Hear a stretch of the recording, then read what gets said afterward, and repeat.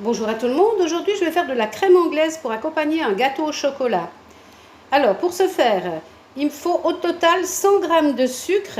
Donc là j'ai mélangé du sucre vanillé, 2 sachets aussi. Et au total ça doit me donner 100 g de sucre. J'ai un demi-litre de lait et à l'intérieur de mon batteur j'ai 6 jaunes d'œufs. Je vais mélanger mes jaunes d'œufs avec mon sucre et je vais fouetter jusqu'à ce que ça blanchisse. Dans l'intervalle, je vais mettre à bouillir mon lait dans une casserole. Voilà, mon lait a bouilli. Donc je vais en mettre une partie dans mes œufs que j'ai blanchis, pas l'entier, hein. Un peu la moitié comme ça. Et on va remélanger tout ça. Et ensuite, on va tout remettre dans la casserole et on va retourner cuire à feu très doux jusqu'à ce qu'elle épaississe.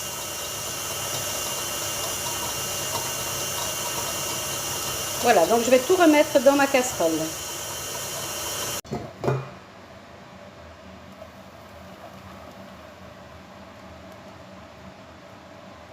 Voilà, je vais remélanger et partir remettre ça à feu doux sur la plaque. Voilà, alors là maintenant je suis de nouveau sur ma plaque et je vais brasser à feu doux, hein, j'ai mis sur 5 là. Hein. Il faut que ça s'épaississe, mais il ne faut surtout pas que ça chauffe trop fort, que ça bout par exemple, ou même que ça frémisse, sinon elle va cailler. Et puis le goût sera quasiment le même, mais ce sera comme du lait caillé, comme du lait tourné, ce ne sera pas agréable du tout.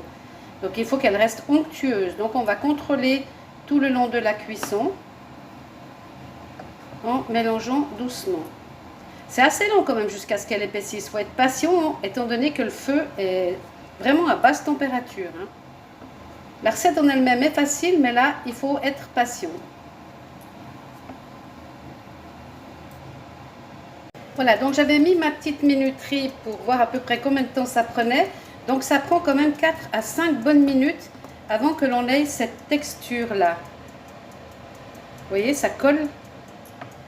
Et là, on peut l'arrêter et la mettre à refroidir. Elle est terminée. Donc il faut bien compter 5-6 minutes à feu très doux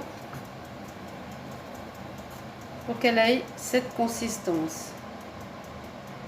Vous voyez, ça reste quand même, ça coule un peu, mais ça reste sur la cuillère en bois.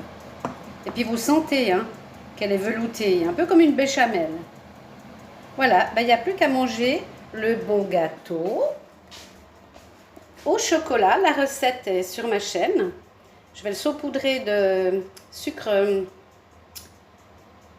glace et ensuite je servirai avec la crème anglaise. Bon appétit à tout le monde!